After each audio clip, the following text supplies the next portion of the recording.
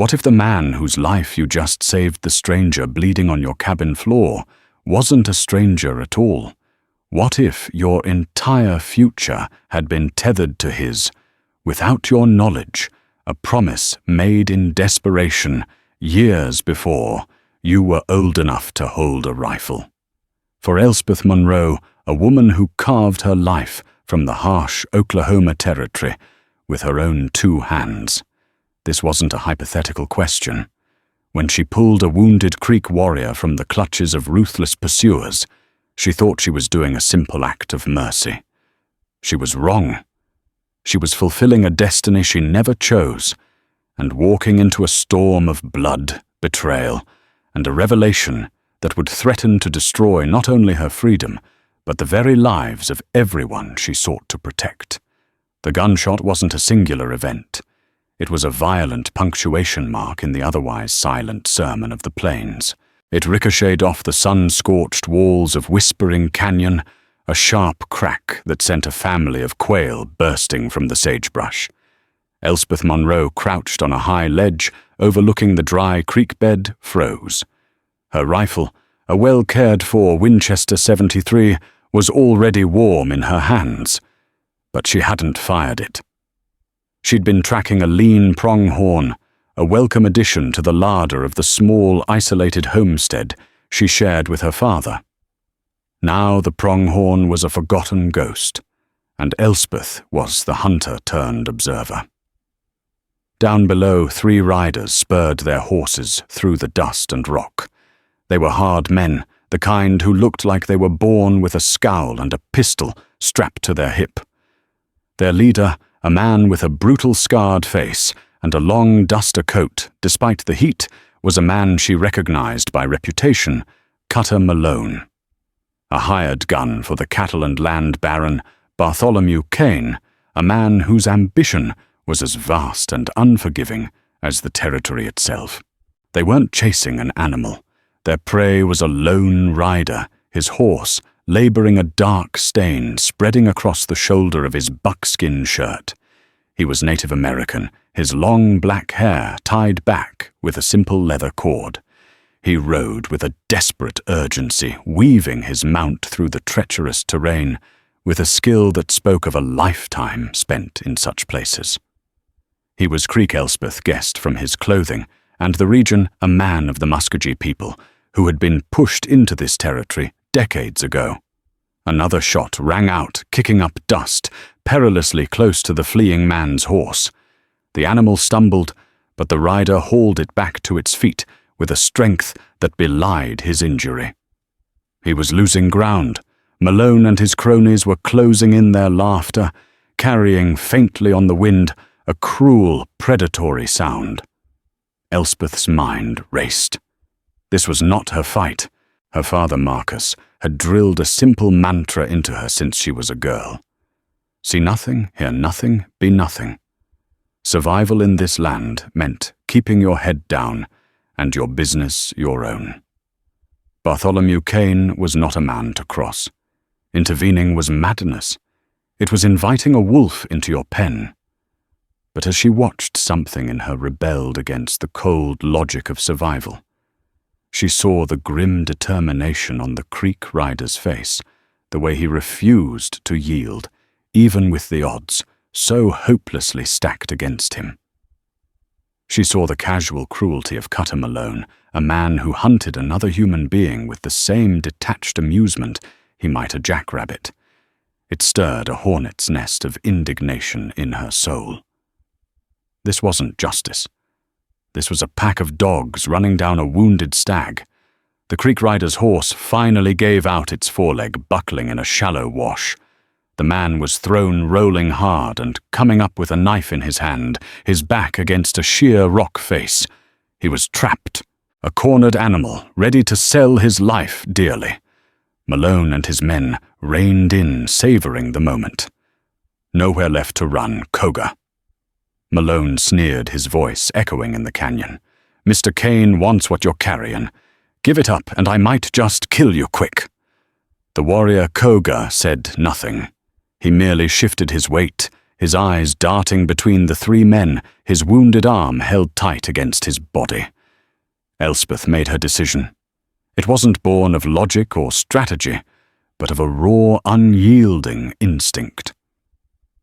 She settled the Winchester's stock against her shoulder, took a steadying breath, and peered through the sights. She didn't aim for a man. Her father had taught her that too. A warning shot is a promise. A killing shot is a reckoning. Be sure which one you mean to make. She aimed for a large, flat rock just above Cutter Malone's head. She squeezed the trigger. The rifle bucked against her shoulder. The crack of the shot was deafeningly close. Down below, rock shrapnel exploded from the cliff face, showering Malone in dust and stinging chips. His horse shied violently, nearly unseating him. The other two men jerked in their saddles, their heads snapping up, searching for the source of the shot. "Who in the hell?" Malone roared, wiping grit from his eyes. Elspeth didn't hesitate. She worked the lever action, chambering another round. This time she aimed for the dirt at the hooves of the second man's horse. The puff of dust was unmistakable. It was a clear message. You are seen. You are vulnerable. Panic replaced arrogance. An unseen shooter in the high rocks was a gunman's worst nightmare. They were exposed, easy targets. "Find 'em!" Malone yelled, but his men were already backing their horses away, their eyes scanning the canyon rim with fearful intensity. "He ain't worth this, Cutter," one of them shouted. "It's a damn ambush." Koga seized the moment of confusion. Pushing through the pain, he scrambled up a narrow fissure in the rock face, a game trail no horse could follow. He moved with a fluid grace, a shadow against the stone. Malone fired a wild shot in Koga's direction, the bullet whining off the rock far from its mark. He cursed a long, vile string of blasphemies. He glared up at the impassive cliffs, then back at the spot where Koga had disappeared. With a final furious snarl, he wheeled his horse around. "Let's go, but I'll be back. And whoever is up there, I'll find you." The threat hung in the air long after the sound of their retreating hooves faded. Silence returned to the canyon. Elspeth stayed perfectly still for a full 10 minutes, her heart hammering against her ribs. The adrenaline began to recede, replaced by a cold wave of dread. What had she done? She had just declared war on Bartholomew Kane's hired muscle. Slowly she rose from her hiding spot. Her duty, whether foolish or brave, was not yet done. The man Koga was wounded and alone. She couldn't leave him to bleed to death in the wilderness. Following the game trail, she moved with the quiet confidence of someone who knew every rock and ravine of this land. After a quarter mile, she found him. He was slumped at the base of a juniper tree, his face pale, the ground beneath his shoulder dark with blood. The knife was still clutched in his hand. His eyes snapped open as she approached, black and sharp, filled with suspicion. "I mean you no harm," Elspeth said softly, keeping her hands visible. "I'm the one who fired the shots." He watched her, his expression unreadable. He did not relax his grip on the knife. "You're losing a lot of blood," she continued, taking another slow step. "My cabin is nearby. It's hidden. You'll be safe there. I can tend to that wound." He studied her face for a long moment, a silent assessment of her character, her intent. She saw a flicker of something in his eyes, not gratitude, but a deep, weary resignation. Finally, with a slight nod, he let the knife drop to the dust. The fight had gone out of him, replaced by a wave of pain and exhaustion. "My name," he said, his voice a low rasp, "is Koga." "I'm Elspeth Monroe," she replied, kneeling beside him. "Let's get you out of here before your friends decide to come back." As she helped the heavy wounded man to his feet, Elspeth felt the full weight of her decision settle upon her. She had rescued a Creek warrior from his pursuers. It felt like a simple, righteous act. She had no way of knowing she had just dragged a lit fuse into the powder keg of her own life. Elspeth's cabin was less a structure and more a part of the landscape. Tucked into a narrow wooded hollow and backed against a rock overhang, it was invisible from more than 50 yards away. Its walls were sturdy timber, chinked with mud and moss, and a thin curl of smoke from the stone chimney was its only betrayal. This was her sanctuary, a place of quiet solitude she had helped her father build. Getting Koga there was an ordeal. He was taller than he'd appeared from a distance and leaned heavily on her, his breathing growing more ragged with every step. The metallic smell of his blood was sharp in the dry air. By the time she guided him through the heavy wooden door, he was barely conscious. She helped him onto the simple cot that served as her bed. "Lie still," she commanded, her voice, leaving no room for argument. "I need to see the wound." He didn't protest, his eyes closing as a spasm of pain shot through him. Elspeth worked quickly and efficiently. She stoked the fire in the hearth, putting a pot of water on to boil. From a worn leather satchel, she took out clean rags, a needle, and a small bottle of carbolic acid. Finally, she pulled out a bundle of dried herbs yarrow to staunch the bleeding and willow bark to chew for the pain. With a sharp knife, she sliced away the blood-caked buckskin. The wound was ugly. The bullet had torn through the fleshy part of his shoulder, missing the bone, but leaving a ragged channel. It was a miracle of bad aim that he wasn't dead. "This is going to hurt," she said, her tone clinical. He opened his eyes, fixing them on her. "It hurts already." She gave him a piece of the willow bark. "Chew on this. It will help." He took it without question. As she began to clean the wound with the hot water and acid, he winced, his jaw tightening, but he made no sound. His stoicism was unnerving. She had seen hardened cowboys scream and curse for less. He just watched her, his dark eyes intense, as if he were memorizing her face.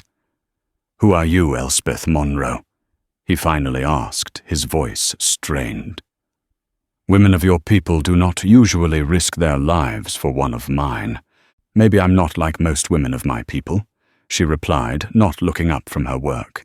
She began stitching the wound, closed, her movements precise and practiced.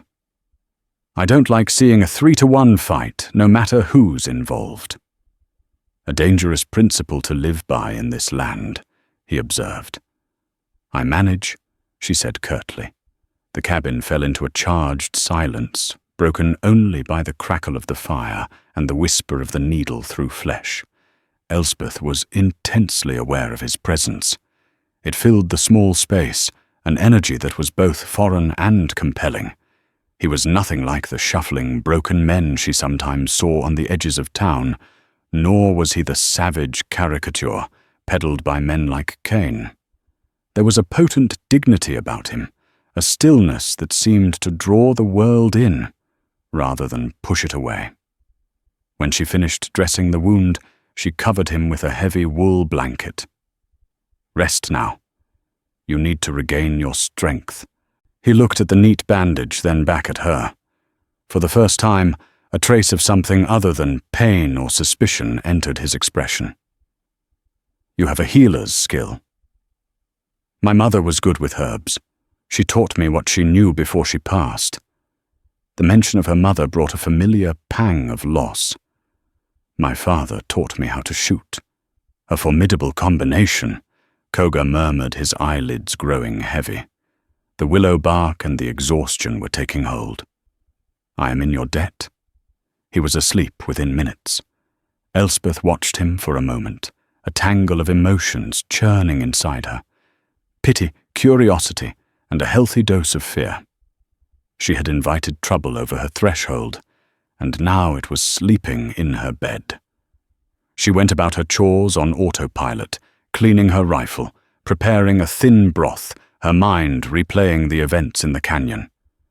Cutter Malone's threat echoed in her thoughts. "I'll find you." Late in the afternoon, the sound of an approaching horse sent a jolt of alarm through her. She grabbed her Winchester and peered through a crack in the door. Relief washed over her as she saw the familiar figure of her father, Marcus Monroe, riding his sway-backed mare.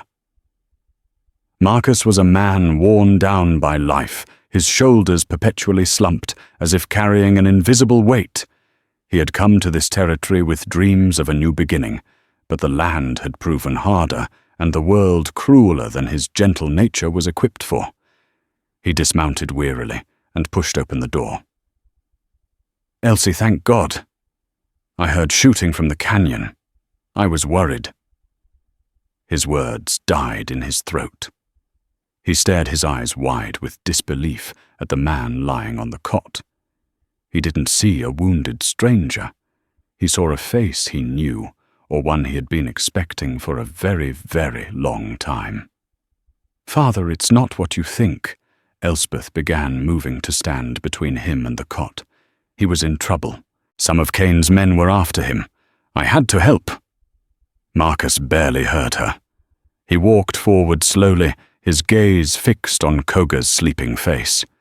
A strange mix of awe and terror played across his features. He reached out a trembling hand, not to the wound, but to the intricate beadwork on the man's moccasins. "It is him," Marcus whispered, his voice choked with emotion. "After all these years, it is Chula's son." Elspeth stared at her father, confused. "Chula, who is Chula, father? How do you know this man?" Koga, disturbed by the voices, began to stir. His eyes fluttered open, focusing first on Elspeth, then shifting to the older man standing over him. He tensed his hand, instinctively going to where his knife would have been. "Who are you?" Koga demanded, his voice thick with sleep. Marcus sank to his knees beside the cot, a gesture so uncharacteristic that it shocked Elspeth to her core. Her father was not a man for grand displays of emotion. He looked at the Creek warrior, his eyes glistening with unshed tears. "My name is Marcus Monroe," he said, his voice trembling. 15 winters ago, your father, the leader Chula, saved my family from starvation. He gave us shelter and food when we had nothing, when we were on the brink of death." Koga's expression softened slightly, with recognition at the name of his father. "I remember. You were the white man whose wagon broke lost in the snow." "Yes," Marcus nodded eagerly. "Yes, that was us. I had nothing to offer your father in return for such a kindness. Nothing but a promise. A debt of blood and honor." Elspeth felt a cold knot of dread form in her stomach. She didn't understand what was happening, but she knew with a certainty that chilled her to the bone that her life was about to be irrevocably altered. "Father," she said, her voice sharp. "What promise? What are you talking about?" Marcus finally turned to look at her. His face, a mask of anguish and regret. He couldn't meet her eyes. He looked at the floor, at the wall, at anything but his daughter's searching gaze. Koga pushed himself up on his good arm, his eyes now fixed on Elspeth. There was no triumph in his look, only a profound, shared sorrow, as if he knew the weight of the words that were about to be spoken. "Elspeth," Marcus said, his voice barely a whisper. "To repay the debt I owed his father for saving our lives, I made a pact. I gave the only thing of value I had to give. I promised my only daughter to one day become the wife of his firstborn son." The words hung in the air of the small cabin, heavier and more suffocating than the thickest winter smoke. Elspeth felt the floor tilt beneath her feet. The familiar walls of her home suddenly seemed like a cage. Her father's confession was a brand, searing itself into her understanding of her own life, rewriting every memory with the ink of betrayal. "What?" The word was a strangled whisper, all the air having been punched from her lungs. Marcus wouldn't look at her. He kept his gaze on Koga, as if the warrior were his confessor. "It was a desperate time, Elsie. Your mother was sick. You were just a little thing so small and frail. We would have died out there. Chula's people took us in. They shared what little they had. A life for a life, he said. It was the only way. A bond of honor between our families. Elspeth's shock curdled into a white-hot rage. It started in her belly and surged through her veins, a fury so potent it made her tremble. A bond. You call this a bond? You call selling me like livestock a bond of honor? Her voice rose, cracking with disbelief and hurt. I am not a mule to be traded. I am not a sack of flour. To settle a debt, I am your daughter. She turned on Koga, who was now sitting fully upright on the cot, his face a stony mask. And you. Did you know about this? This arrangement? Koga met her furious gaze without flinching. His own eyes were dark with a complex sorrow. I have known of the promise since I was a boy. He admitted, his voice low and even. It was a story my father told me. A tale of a harsh winter and a debt owed. To him it was a way to weave our two peoples together, a bridge built of family. A bridge built on my back. Elspeth shot back, pacing the short length of the cabin like a caged panther. Without my consent, without my knowledge. All this time. She whirled back to face her father. All these years you let me believe I was free. You taught me to shoot, to track, to be independent. Was that all a lie? Were you just fattening the calf for market? The cruelty of her words struck Marcus like a physical blow. He flinched, his face crumpling. No, Elspeth, never I. I prayed this day would never come. I hoped he would never find us, that the promise would be forgotten by time. Forgotten? She laughed, a bitter, hollow sound. Honor-bound men don't forget, do they? She glared at Koga. So that's why you were out here. You weren't just running from Cain's men. You were coming to collect. The accusation stung. A flicker of pride, sharp and fierce, lit Koga's eyes. No, he stated, his voice ringing with an authority that cut through Elspeth's rage. I was not coming to collect. I honor my father's memory, but I do not hold to the bargains of children made in desperation. My path here had another purpose. Your father's homestead was merely a landmark on my journey. He gestured to his wounded shoulder. Meeting Mr. Malone and his dogs was a complication. Meeting you was an accident. His denial was so firm, so devoid of guile, that it gave Elspeth a moment's pause. It didn't extinguish her anger, but it banked the flames slightly, allowing a sliver of confusion to penetrate the inferno. Then what is your purpose? She demanded. Why are Cain's men so determined to hunt you down? Before Koga could answer, Marcus spoke, his voice heavy with a new layer of fear. Cain. Bartholomew Cain knows about the promise. Elspeth and Koga both turned to him. What do you mean he knows? Elspeth asked. He's been pressuring me for weeks. Marcus confessed the story tumbling out of him now. He wants to buy our land. I refused. It's all we have. But he's a snake. He finds out things. One of his men overheard me in a saloon in Redemption Gulch years ago, when I'd had too much whiskey. I was talking about the debt I owed the creek. Cain put the pieces together. He told me if I didn't sell to him, he'd find Chula's boy and tell him I'd broken the pact. He said the creek would come for my scalp. He was using it as a threat.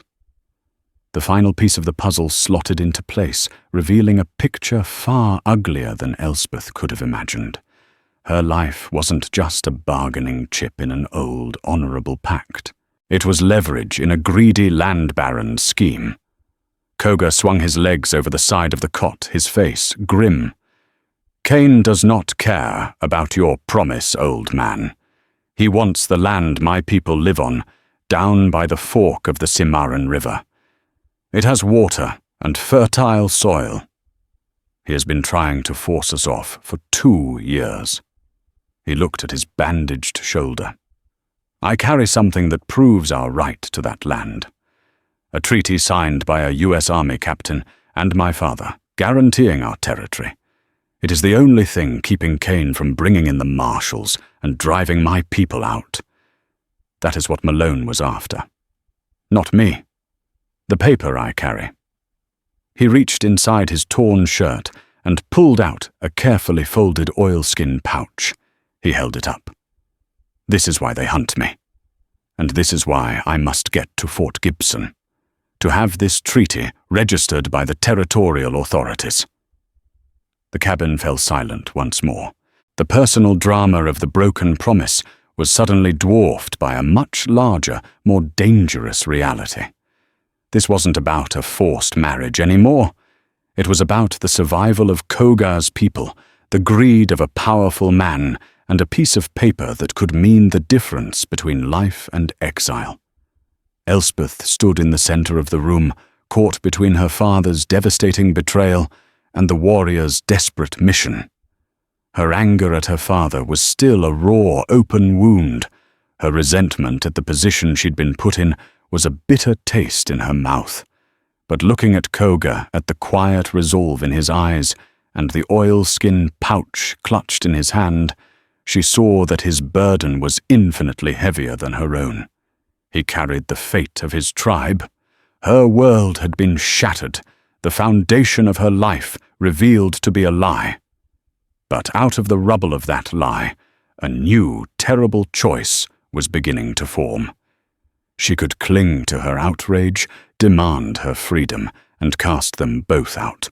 Or she could accept the reality of the danger they were all in, a danger she herself had invited, by firing that first shot from the canyon rim. So, she said, her voice, quiet but steady, a stark contrast to her earlier fury. Kane wants our land. He wants your land. And he knows we're all connected. She looked from her father's defeated face to Kogar's determined one. It seems your fight, whether we like it or not, has become our fight, too. The revelation settled over the cabin like a shroud. For 2 days, an uneasy truce prevailed. Elspeth tended to Kogar's wound, her movements efficient but distant. She spoke only when necessary, the hurt from her father's betrayal, a chasm between them. Marcus, for his part, was a ghost in his own home, moving with a quiet shame, his eyes constantly flitting towards his daughter, hoping for a forgiveness he didn't know how to ask for. Kogar respected Elspeth's silence.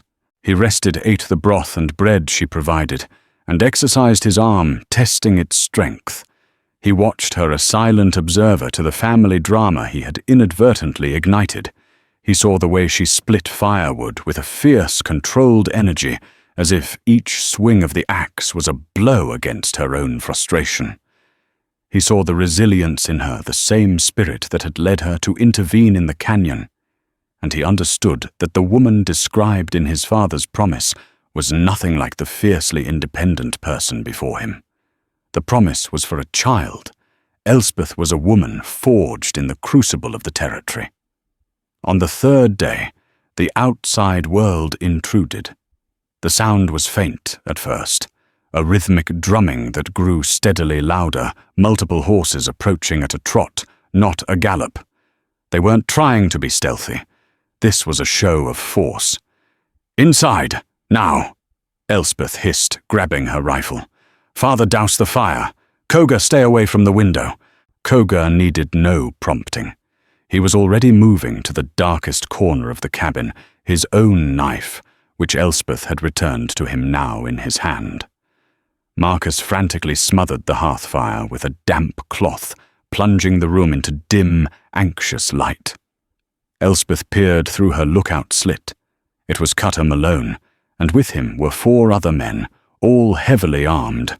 They didn't ride directly to the cabin, but reined in at the edge of the clearing, their presence a blatant act of intimidation. They sat on their horses, surveying the small homestead, their arrogance a palpable force. Malone dismounted, handing his reins to another man. He walked toward the cabin, his spurs jingling a deathly little song. He stopped 20 yards from the door. "Monroe!" He yelled, his voice like gravel scraping on rock. "Marcus Monroe, I know you're in there. Mr. Kane wants a word." Inside, Marcus was trembling. "What do we do, Elsie?" "Stay quiet," she whispered, her eye still pressed to the slit. Malone waited, a smirk playing on his scarred lips. "Look, old man, we can do this easy or we can do this hard. Mr. Kane sent me out of courtesy. He knows you've been stubborn about his generous offer for this pile of sticks you call a home. He's just wondering if you've reconsidered." When silence was his only answer, Malone's smirk widened. "Maybe this will help you decide. We were tracking a creek dog a few days back. Lost him up in the canyon, but my tracker, he's a wonder. Found a trail leading this way. A trail made by two people, one of them heavy, like he was being helped." A cold dread washed over Elspeth. She had been careful, but not careful enough. "Funny thing is," Malone continued, his voice taking on a conversational, menacing tone, "we also found the casing from a Winchester .73 up on the ridge. Same rifle you carry, Monroe, the same one your pretty daughter is so fond of." He paused, letting the implication sink in. "So Mr. Kane is thinking maybe you're harboring a fugitive. A thieving, wanted fugitive. Now that would be a terrible shame. Obstructing justice, aiding a criminal, a man could lose his land. A man could find his cabin mysteriously catching fire one night." He took a step closer. "I'm going to come back tomorrow, Monroe. When I do, you're either going to have a signed deed of sale for Mr. Kane, or you're going to have the creek bastard tied up and waiting for me. You choose. The land or the Indian." He spat on the ground. "Either way, Mr. Kane gets what he wants." With that, he turned, swung himself back into his saddle, and led his men away. They rode off with the same unhurried confidence, leaving a silence that was more terrifying than their threats. As soon as they were gone, Marcus sagged against the wall, his face ashen. He knows. Oh Lord, he knows. "He suspects," Elspeth corrected, though her own heart was pounding. "He doesn't know for sure, or they would have stormed the place." She looked at Koga. "But he knows enough. We're out of time." Koga stepped out of the shadows, his face grim. "He's given you an impossible choice." "There is no choice," Elspeth said, her gaze hard as flint. "We're not giving you to them. And I'll be damned if I let Kane steal this land from my father, no matter how angry I am at him." The words were for Koga, but the message was also for Marcus, a flicker of solidarity in the face of a common enemy. Marcus looked up, a glimmer of hope in his eyes. "Elsie." She cut him off, her tone all business. "We can't stay here. They'll be back tomorrow, and they'll come ready for a fight. And we can't let them get that treaty." Koga nodded in agreement. "My destination is still Fort Gibson. It is 3 days' ride northeast. If I can get the treaty to the U.S. Marshal's office, it will be registered. Kane's claim will be worthless. 3 days. Elspeth mused, her mind working furiously. "Malone thinks you're holed up here. He'll expect us to be defensive. He won't expect us to move." A plan began to form, born of desperation and her intimate knowledge of the surrounding wilderness. The broken ridge lies to the east. It's rough country. No one takes a horse through there if they can avoid it. But there are foot trails, old ones. It would add a day to your journey, but it would throw them off your scent completely. You could circle around and approach Fort Gibson from the north. "A good plan," Koga said. "But they will come here first. What about you and your father?" Elspeth looked around the cabin at the place that had been her entire world. The rough-hewn table, the stone hearth, her mother's rocking chair. A wave of sorrow passed over her, but it was quickly replaced by steely resolve. "They want the cabin. They can have it." She looked at her father, Father, you'll take the mare and ride west toward the settler's post at Three Forks. Lay low. Tell them you were hunting and are just passing through. Create an alibi. They'll have no reason to doubt you if you're not here." "And you?" Marcus asked, his voice filled with dread. "What about you, Elsie?" Elspeth met Koga's gaze. A silent understanding passed between them, an alliance forged not by an old promise, but by the barrel of a gun and the shadow of a common foe. "I'm going with him," she declared. "Malone heard one rifle in the canyon.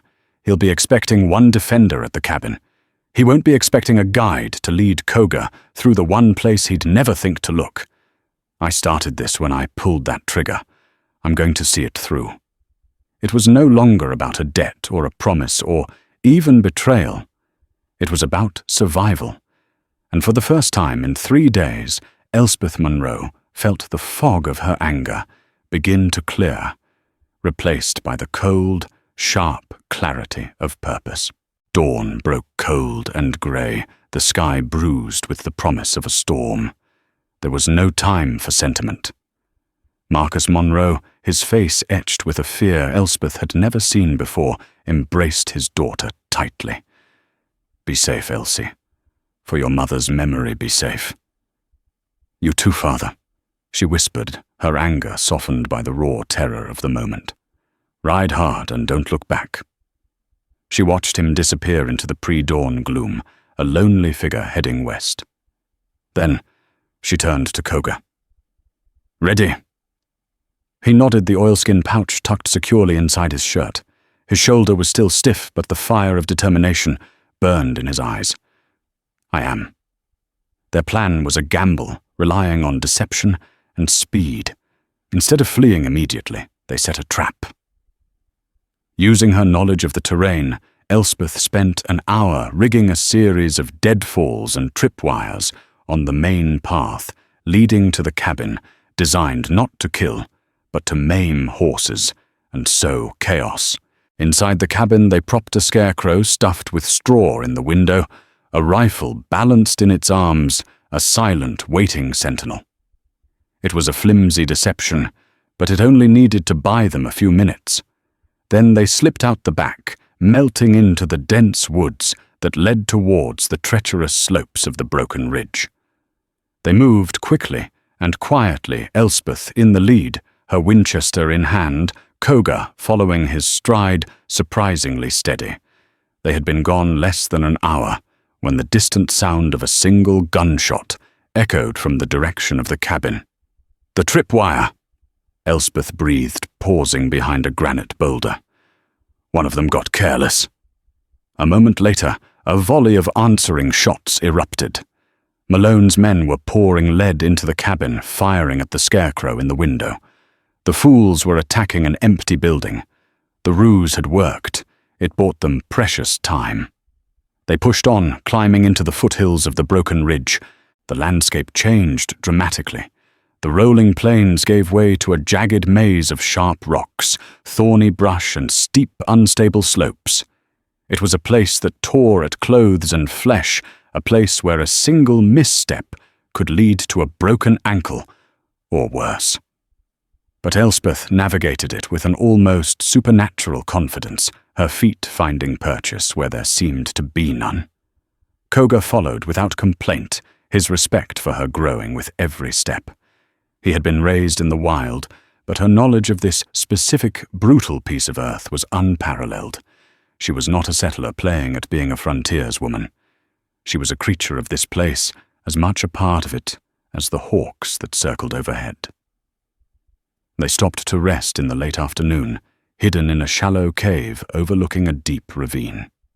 The storm had finally broken, and a cold rain lashed down, turning the rocks slick and treacherous.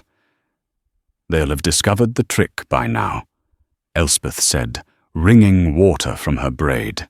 "They'll be furious." "Malone is a man who despises being made a fool of," Koga agreed, staring out at the rain-swept landscape. "He will not give up.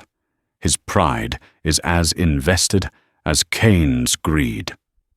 They sat in silence for a while, the only sound the drumming of the rain. The shared danger had stripped away the awkwardness that had lingered between them. "Elspeth," Koga said quietly, his voice different now, softer. "The promise my father made. It was the action of a man from a different time. He saw a union as a way to create peace, to bind people. He did not understand your ways, the value you place on individual choice." He turned to look at her, his dark eyes searching her face. "My father's honor is my honor, but his promise is a burden, not a claim. I would never hold you to it. A woman like you cannot be given. She must be won. And even then she must choose to be caught. Your freedom is your own. I see that now. I release you from any debt you feel you owe me or my father." His words were a key, unlocking a door in Elspeth's heart she hadn't even realized was closed. It wasn't just his rejection of the pact, it was his understanding of her. He saw her not as a prize or a pawn, but as a person. The last vestiges of her resentment toward him dissolved in the rain. "The debt was never mine to owe Koga," she replied, her voice equally soft. "It was my father's. And as for being won, I think I'd rather be a partner than a prize." A ghost of a smile touched his lips. A worthy goal. Suddenly Koga tensed. His head snapped up and he held a hand up for silence. Elspeth froze, listening. Over the sound of the rain she heard it, the faint, dislodged clatter of a rock from somewhere below them in the ravine. It was not a sound made by an animal. "They found our trail," she whispered, her blood running cold. "Their tracker must be better than I thought." Peering over the edge of the cave, they saw them. Malone and 2 of his men were making their way up the ravine, on foot, their faces grim with determination, rifles at the ready. They were moving slowly, carefully, but they were coming straight for them. They were trapped on the high ground, with no easy escape. "There's no way out but through them," Koga said, his hand gripping his knife. "No," Elspeth countered, her mind racing. "We use the high ground." She pointed to a narrow ledge that ran along the cliff face, leading to a precarious-looking rock bridge that spanned the ravine. "It's risky, but it will put us on the other side. They'll have to cross one by one." It was their only chance. They scrambled from the cave, the rain plastering their hair to their faces. The ledge was barely a foot wide, the drop-off a dizzying 100 feet to the rocks below. Elspeth went first, pressing her body against the wet cliff face, moving with deliberate calm. Koga followed his wounded shoulder, making his movements stiffer, more pained. They were halfway across when a shout echoed from below. "There they are!" A rifle shot cracked the bullet, smacking into the rock wall, just inches from Elspeth's head, showering her with stone dust. She didn't flinch. She just moved faster. They reached the rock bridge, a single massive flat-topped boulder wedged between the 2 sides of the ravine. "Go!" she yelled to Koga. "Get across." Koga scrambled across the slippery surface. Elspeth raised her Winchester, bracing it against her shoulder, and fired down at the men below. Her shot wasn't aimed to kill, but to pin them down. It kicked up dirt at Malone's feet, forcing him to dive behind a rock. Another man tried to take aim, and she fired again, the bullet ricocheting with a high-pitched scream off the rock near his head. "Cover me!" Koga yelled from the other side. He was tearing at the base of the rock bridge, with his knife trying to find purchase in a deep fissure. He was trying to dislodge it. Elspeth understood immediately. She laid down a steady covering fire, working the lever action of her rifle, with a speed that was born of pure adrenaline. She kept the gunman pinned, unable to get a clear shot. Bullets whined and ricocheted around her, but she held her ground, a solitary, defiant figure against the storm. Koga, using a heavy branch as a lever, put his full weight against the rock bridge. He gave a final desperate heave. With a deafening groan, The massive boulder shifted. For a heart-stopping moment it teetered, and then with a thunderous crash it tumbled into the ravine below. Their only escape route was gone, but so was their pursuers' only path forward.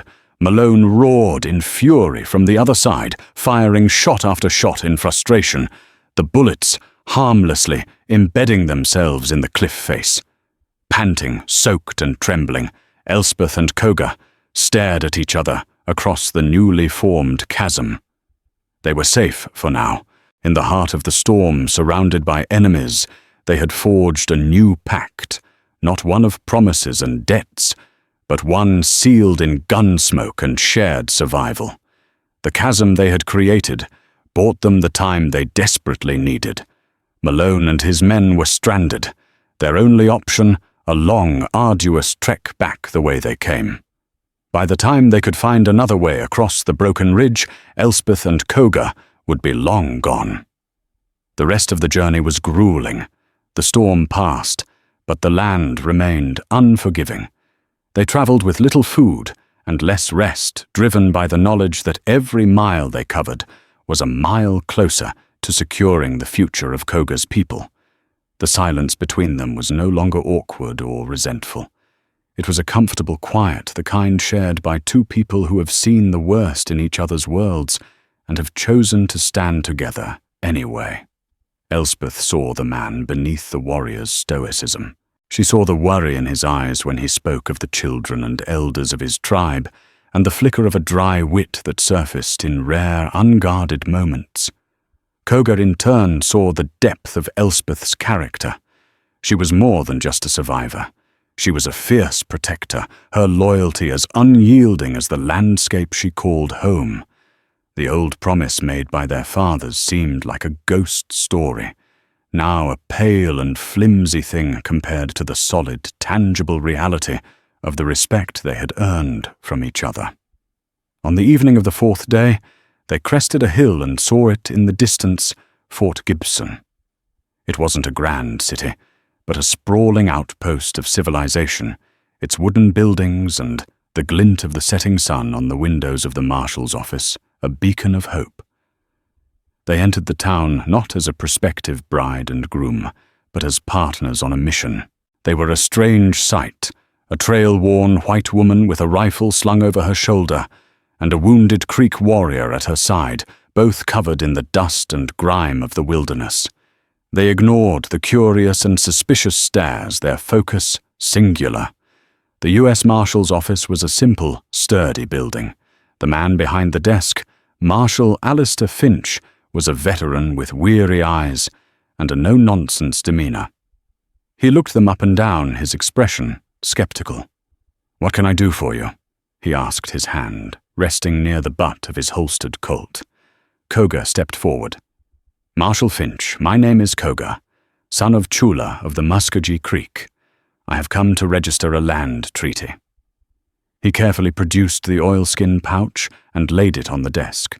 Finch picked it up, his skepticism warring with his curiosity. He unrolled the document, his eyes scanning the faded ink, the signatures the official seal of the U.S. Army. His eyebrows rose. "I'll be," he muttered, reading it a second time. "This is an original Cimarron treaty. We have a copy in the archives, but the land speculators have been arguing for years it was a forgery. Kane's lawyers mostly." He looked from the document to Koga, and then to Elspeth. "Bartholomew Kane has been making a lot of noise about this particular stretch of land." "He sent men after me to get this," Koga said simply, "led by a man named Cutter Malone. They killed my horse and tried to kill me. And they threatened my father and me to get it," Elspeth added, her voice clear and strong. "They're the reason we had to come through the broken ridge." Marshal Finch leaned back in his chair, stroking his chin. He had seen enough greed and violence in the territory to recognize the ring of truth. This paper explained a great deal. Kane's reach is long, but it doesn't extend past the law. Not in my town. He took a large ledger from a shelf and opened it. With a dip of his pen, he began to make an official entry, his script precise, and final. I am officially recording this treaty as authentic and valid as of this day. Your people's claim to the Cimarron Fork is secure under territorial law. I'll send a wire to the regional governor and dispatch a deputy to inform your tribe, and I'll be issuing a warrant for the arrest of Cutter Malone and for questioning of his employer, Mr. Bartholomew Kane. A wave of relief so profound it was dizzying washed over Elspeth. They had done it. As they stepped back out into the dusty street, the last rays of the sun painted the sky in hues of orange and purple. The future, which had seemed like a dark, narrow tunnel, now felt like an open plain. "What will you do now?" Elspeth asked quietly. "I will return to my people," Koga said. "Tell them the news. Help them rebuild, strengthen our community." He paused, turning to face her fully. "The promise my father made is dust, but the partnership we forged is real. My people owe you a debt, Elspeth Monroe. You are welcome in our lands, always as a friend, an honored guest." "And what of you?" he asked. "Will you go back to your father?" Elspeth thought of her father waiting fearfully at Three Forks. She thought of her cabin likely ransacked or burned. The life she had known was gone. But instead of sadness, she felt a sense of liberation. "I'll find my father," she said. "Make sure he's safe. But I don't think I can go back to living the way I was. The world is bigger than I knew." She met his gaze, a smile touching her lips for the first time in what felt like an eternity. "Maybe I'll see just how big it is." There was no talk of marriage, no talk of forever. The old promise had been a cage for them both. Now, released from it, they were free to choose their own paths. Their journey together was over, but it was clear that the trail had changed them both. As Koga prepared to leave, he simply reached out and took her hand, his grip firm and warm. It wasn't the gesture of a promised husband, but of an equal, a partner, a friend. "Hoyomate," he said softly, the Creek word for walk well. "You too, Koga," she replied. "Walk well." She watched him mount the horse the marshal had procured for him and ride east toward his people and his future. She stood there for a long time, a lone figure in the twilight, her rifle by her side. She didn't know where her own path would lead, but for the first time in her life, she knew one thing for certain: the choice would be hers, and hers alone. And so Elspeth Monroe's life was forever changed, not by a promise made for her, but by a choice she made herself. Her story is a powerful reminder that our destinies are not always written in the stars or in the desperate bargains of the past. Sometimes they are forged in the fires of adversity, in moments of courage we didn't know we had. It shows us that true partnership isn't about ownership or obligation, but about mutual respect earned in the face of shared danger. Elspeth and Koga began as strangers, bound by a pact they didn't create, and ended as allies who saved each other. What did you think of Elspeth's incredible journey? Would you have pulled the trigger? Let me know your thoughts in the comments below. If this story of courage, betrayal, and freedom in the Old West resonated with you, please give this video a thumbs up, share it with someone who loves a great tale, and most importantly, subscribe to the channel for more true life dramas from history. Your support helps us keep these incredible stories alive. Thanks for listening.